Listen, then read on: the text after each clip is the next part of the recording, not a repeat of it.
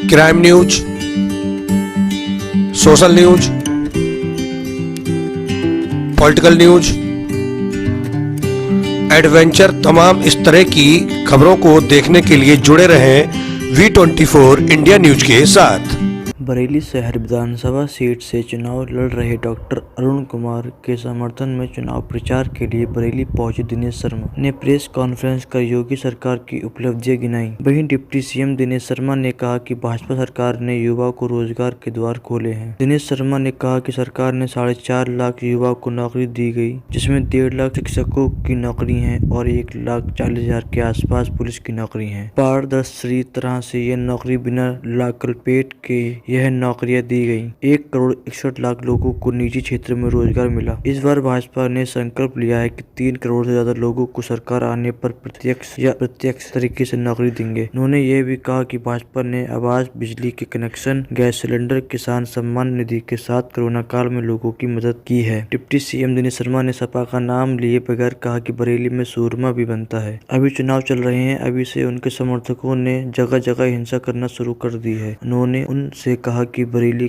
का सुरमा लगा लीजिए ताकि उनकी दृष्टि ठीक हो जाए। चाहे वो काशी हो, काशी विश्वनाथ बाबा का कॉरिडोर का लोकार्पण हो, चाहे अयोध्या की दीपावली हो, बरसाना का रंगोत्सव हो, चाहे आप विभिन्न जगहों पर विभिन्न प्रकार के कार्यक्रमों को देखेंगे तो लगेगा कि चाहे वो ऐतिहासिक इमारतों का जीर्णोद्धार का हो, मंदिरों का जीर्णोद्धार का हो, विद्यालयों का, माध्यमिक विद्यालयों का अपग्रेडेशन का हो, हर तरफ एक विकास की गति तेजी से चल रही है। 5 एक्सप्रेस वे बनाए हैं और मैं बरेली में ताजुब कर रहा था, 17 पुल तो केवल बरेली में बने और बरेली को न केवल यहाँ से विकास के कार्यों में जोड़ने का, अब आप मिनी बाईपास पे रोडवेज बस का निर्माण हो रहा है। शहरों में आप देखें तो कई जगह पर सोलर का इंतजाम है, तो कई जगह पे मंदिरों में आप देखेंगे पानी की व्यवस्था, विद्यालयों में पानी की व्यवस्था, छात्रावास में पानी की व्यवस्था, कई जगह पर सोलर जो लाइटिंग की व्यवस्था। ये पूरा शहर आज बदला है। चाहे गैस का कनेक्शन हो, चाहे प्रधानमंत्री आवास देने का हो, और चाहे आज जगह जगह पर सड़कों का निर्माण हो, या नकल विहीन परीक्षा हो और पाठ्यक्रमों का बदला जाना हो, और सबसे बड़ा अचीवमेंट यह है कि युवाओं के लिए रोजगार के द्वार खुले। बंद पड़ी नियुक्तियां पहली बार खुली। 4.5 लाख नौकरियां सरकारी दी गई हैं, जिसमें 1.5 लाख तो केवल शिक्षकों की भर्ती है और 1,40,000 के आसपास पुलिस की भर्ती है। पारदर्शी तरीके से बगैर किसी लाग लपेट के ये नियुक्तियां की गई। 1,61,00,000 लोगों को निजी क्षेत्रों में नौकरियां मिली, जो हमारी कंपनी लगी उसमें मिली, और करोड़ों लोगों को अप्रत्यक्ष रूप में रोजगार मिला। हमने संकल्प लिया है इस बार हम सरकार में आने के बाद 3 करोड़ लोगों को रोजगार, प्रत्यक्ष अप्रत्यक्ष रूप में रोजगार देंगे। हर घर के एक व्यक्ति को प्रत्यक्ष अप्रत्यक्ष रूप में रोजगार से जोड़ने का हमारा लक्ष्य है। किसानों को हम मुफ्त बिजली सिंचाई के लिए उपलब्ध कराएंगे। हर घर नल, ये हमारा संकल्प है। हमने आवास दिया, हमने शौचालय दिया, हमने बिजली के कनेक्शन दिया, हमने गैस का कनेक्शन दिया, हमने सम्मान राशि दी, हमने 1,000 रुपये का श्रमिकों का खाते में जोड़ा। संक्रमण काल में हमने 1,500 रुपया अपने महिलाओं के खाते में दिया। आज डीएपी खाद में सब्सिडी दिया। नीम कोटेड यूरिया जो है आज सहज भाव में उपलब्ध है। 1,57,000 करोड़ रुपया का गन्ने के बकाये का भुगतान किया। आज आज़ादी के बाद में सबसे ज़्यादा खाद्यान्न की खरीद जो है सरकारी स्तर पर, वो भारतीय जनता पार्टी के शासनकाल में उत्तर प्रदेश में हुई है। हम 14 दिन के अंदर गन्ना के किसानों का जो भुगतान होगा देंगे। अगर नहीं दे पाए तो हम ब्याज के साथ में उस राशि को उनका भुगतान देंगे। ये पारदर्शी व्यवस्था केवल और केवल बीजेपी कर सकती है। कि पढ़ने वाली हमारी बच्चियां हैं और वो ग्रेजुएशन में जाती हैं, तो मेधावी छात्राओं को हम स्कूटी देंगे। जो पढ़ने वाली मेधावी छात्राएं उनको हम स्कूटी देंगे। और अभी हमने जो कहा था कि हम टैबलेट और मोबाइल देंगे, वो हमारा कार्यक्रम अभी भी बड़ी तेजियों में चला है। हर जिले में लगभग हमने मोबाइल और टैबलेट देने का काम किया है। और अगले आने वाले में हम विद्यार्थियों को, नौजवानों को ये डिजिटल इंडिया का एक सूचक बने, संवाहक बने। उसके लिए 2 करोड़ जो टैबलेट और मोबाइल हैं वो हम देने जा रहे हैं।